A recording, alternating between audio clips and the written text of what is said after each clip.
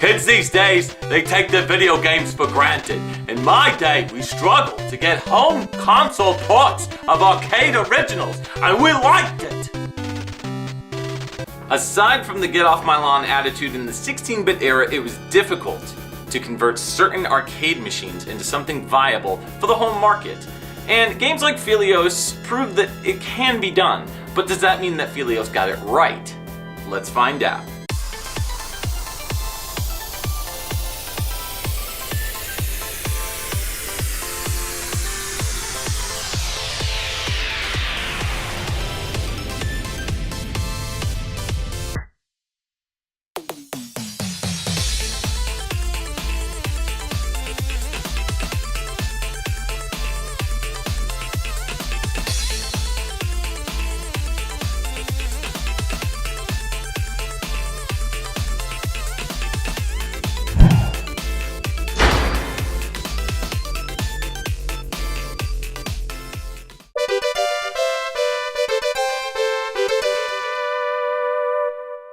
Now in this review we'll be comparing the Genesis version to the arcade original pretty heavily, but also pointing out some rather intriguing details about the differences. But first, a little background. Phelios, pronounced Feriosu in Japan, was initially released to arcades by its developer Namco between 1988 and 1989. The actual year of release is debated on the internet, and because of that I tried to call Namco directly to get a firmer answer. Here's the result to that call. Well, sir, to answer your first question, we don't have a specific enough date of release for Phelios in Japan. As for the second question, we don't handle the Castlevania franchise, so I don't know the answer regarding the status of that property. Well, can you buy it from them? Yeah, it was an emotional afternoon. Anyways, Phelios continues the vertically scrolling shoot-em-ups that Namco is known for advancing into the market. Starting with Xevious, the company later fit Phelios in after similar titles like Dragon Spirit. However, unlike that title which focused on delivering a more fantasy-based universe, Phelios and its mythos were heavily influenced by Greek mythology. Did I say influenced? More like butchered, but we'll get to that. The game's levels automatically scroll as the game takes you through either 4 or 7 levels, depending on what type of difficulty you pick. If you've never played the arcade mode on the hardest difficulty before, this is what the aftermath looks like. Phelios! The arcade game isn't just a quarter muncher, it's a $10 bill devourer. On hard, the game is straight up masochistic. This game focuses on making players create their own path to success. Phelios doesn't hold your hand. It shatters it with a hammer and then forces you to play while you bandage yourself up with barbed wire. It's that difficult. Every pixel on the screen matters. Every movement demands perfection. By the final level, I wasn't having fun. I was just cursing expletives at the screen as if my words were weapons unto themselves. So, how does the Sega Genesis version compare? I mean, after all, that is the one we're here to review, right?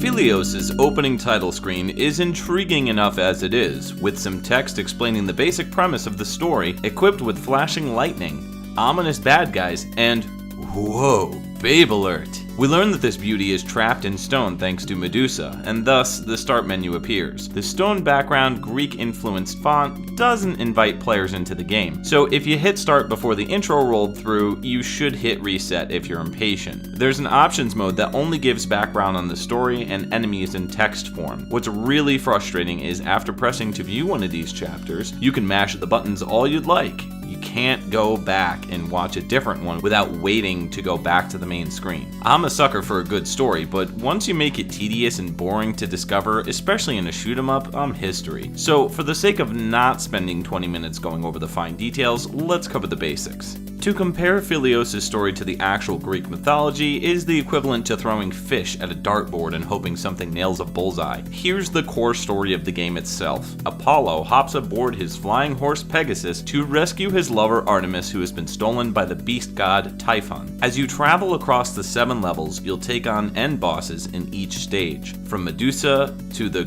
Grey whatever this thing is. Then on to Siren and Antaeus, followed by Scylla, Cerberus, and finally Lord Typhon himself. Here's my theory on why the game is called Phelios.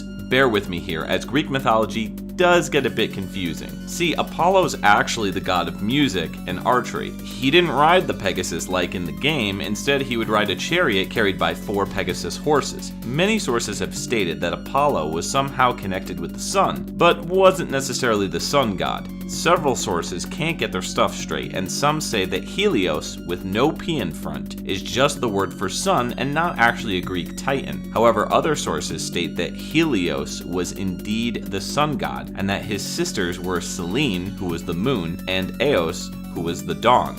But because this isn't a Greek mythology special and is actually a video game review show, I decided to stop caring. Though I can't help but point out the biggest offense to both women and Greek mythology. In this game, you try to rescue Artemis, who is displayed as a typical damsel in distress. However, not only was the Artemis of Greek legend a proud warrior and one who prided herself on her independence and hunting skills, but she was none other than the goddess of the moon and Apollo's sister. So wait a second, what's with all this talk with them being lovers? In the cutscenes, as you defeat each boss, you'll get a cutscene of a cleavage-thrusted Artemis chained up against a prison wall. There are sources that say these scenes feature torture and more sexuality in the arcade version that was censored in the Genesis port. But honestly, when you compare the two, there is way more revealing clothing in the Genesis version. How is this more lewd than this? Anyways, Artemis is pleading for her brother/love interest or whatever, Apollo, to rescue her.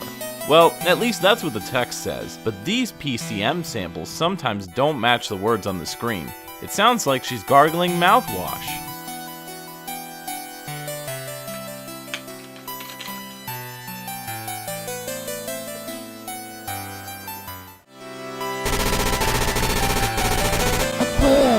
Apollo. I still remember. Vaguely. I'll still remember those days. I'm being held in the temple. Save me, quickly. I'm being held in the temple. Save me, quickly. Sadly, the Pcm samples on the Genesis are just too gritty. In fact, all the sound here isn't very impressive at all. One of the beams you pick up sounds like a landline telephone that's constantly ringing.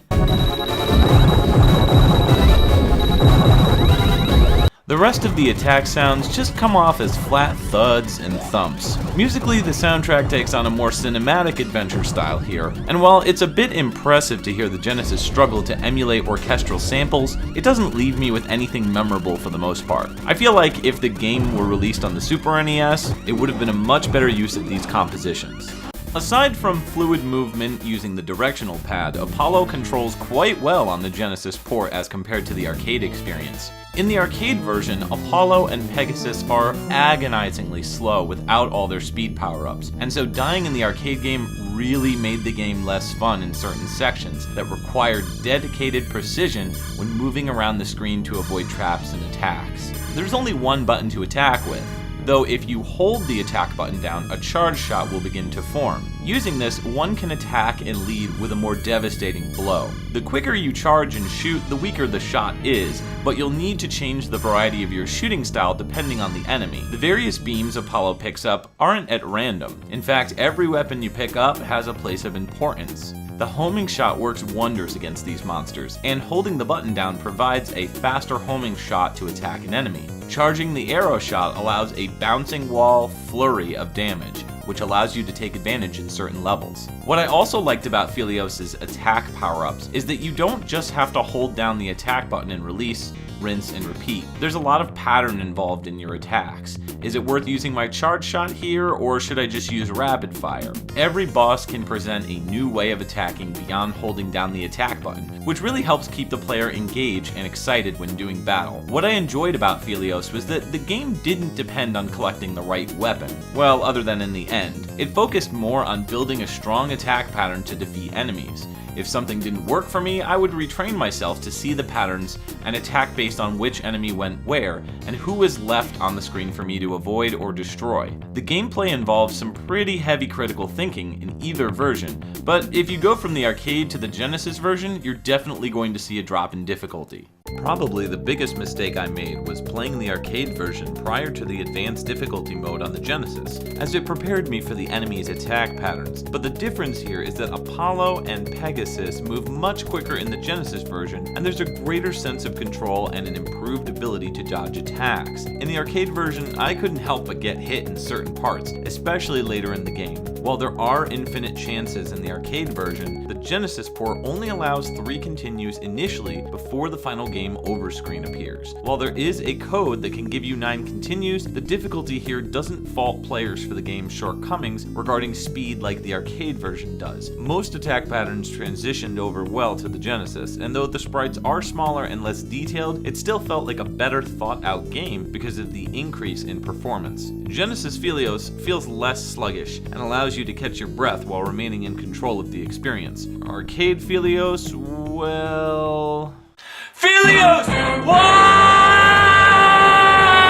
Where Phelios fails in comparison to its arcade sibling is in the graphics department. Colors are generally flat and lifeless here, and the special effects have taken a significant downgrade because of the limited capabilities of the Genesis in this circumstance. In the arcade version, there's tons of sprite scaling effects that the Genesis simply cannot do. Compare this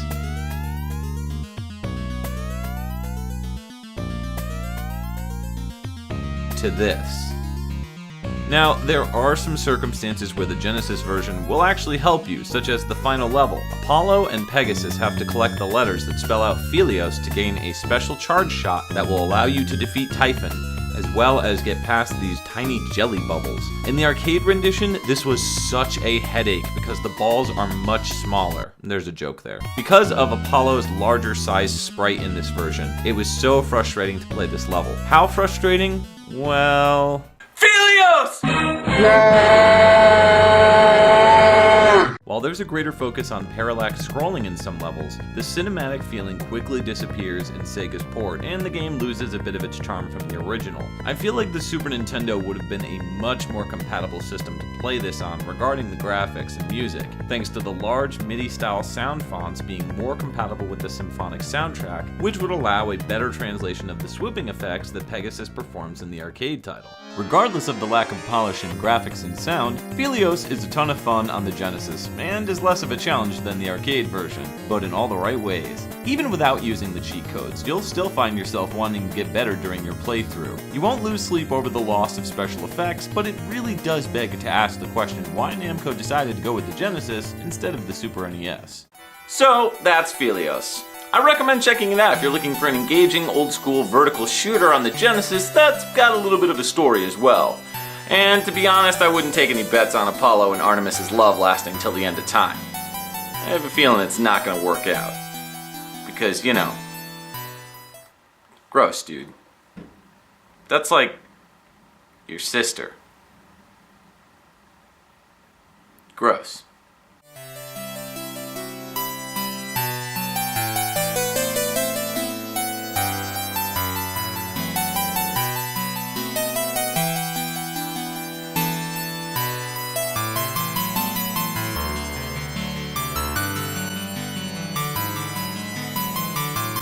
Want more 16-bit shoot-'em-up gems? Take a look at the review on the left for Biometal for the Super NES. Feel free to check out the season premiere, which is on the right-hand side, which was Sengoku 3 for Neo Geo and WiiWare. As always, thanks for watching.